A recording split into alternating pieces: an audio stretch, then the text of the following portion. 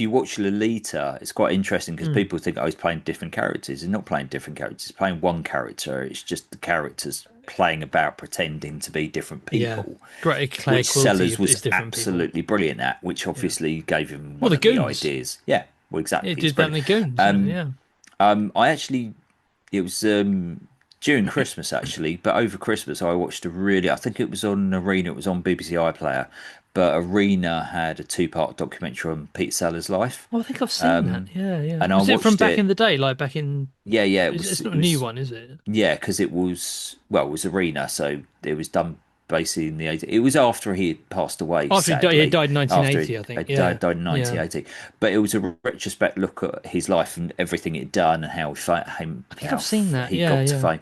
And yeah, at that point in the 60s, where he was trying to become famous, and this was the Become a point. movie star, which he This was. was the point. This was the pinnacle of his career, really.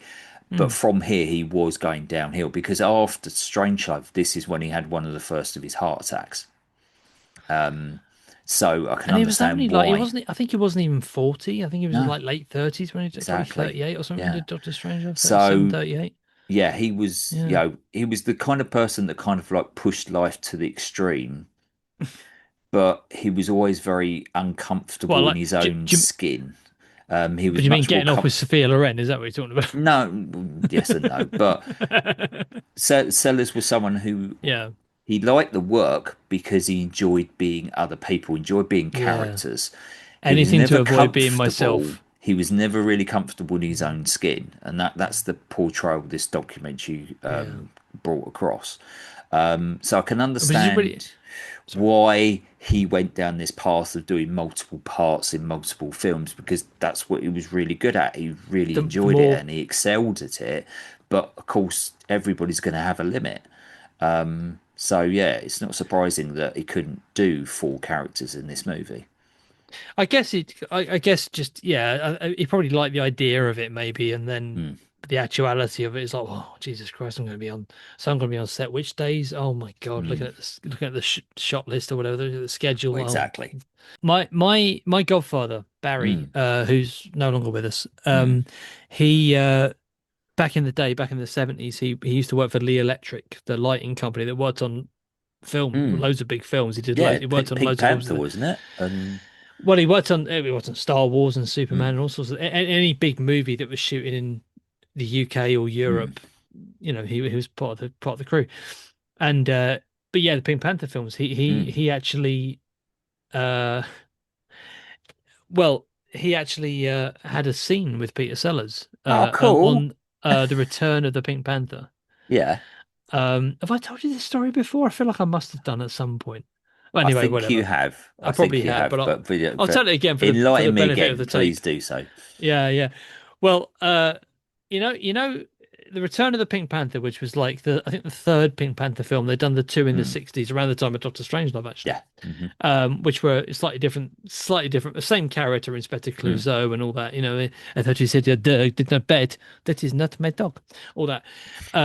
But there was, but they came back after like 10 years and they did a Return of the Pink Panther in, I think, 1975, I think it came out. Yeah. And, my godfather he worked on that film, well, he was part of the crew. And the scene in the film where I don't know if you remember, he's sort of like, I think he's sort of Inspector Clouseau is staying at a hotel in Switzerland, in Gstaad or wherever it is. Oh, And yeah. Yeah. he's and he, and Hmm. he comes out of the hotel and he's tailing, I think, Catherine Shell. Yes. And she Yeah. gets in a car and drives off, and he Hmm. gets in a cab and says, follow that car. Yeah. And it's kind of it's kind of a recalls a joke in one of the earlier Pink Panther films Hmm. where Inspector Clouseau goes up to a cab and says, "Follow that car," and the cabbie drives off before he has a Off. chance to get into the car. So that's the joke, right?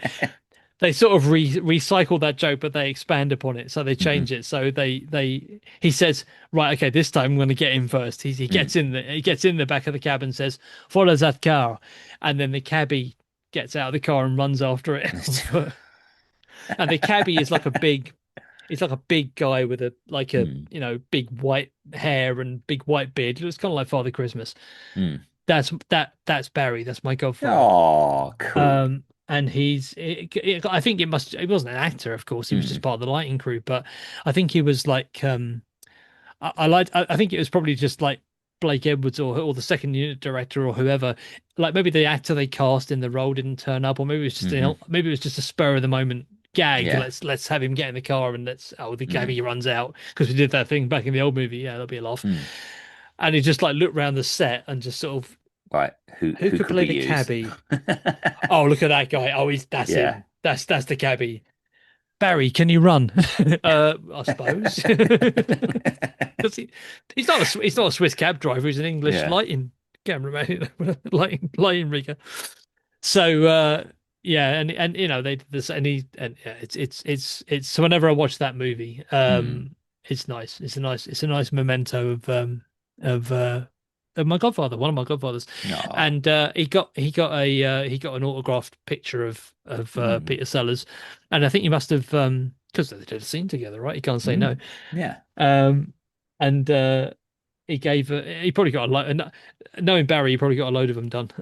Mm. So you know, for his mates, you know, and he Can gave you some to sign my 16 parents. of these? Yeah, yeah. Pete, do you mind doing like, you know, yeah, can you do a few more? Oh, for God's sake, all right then. I'll work with Stanley Kubrick, you know. All right.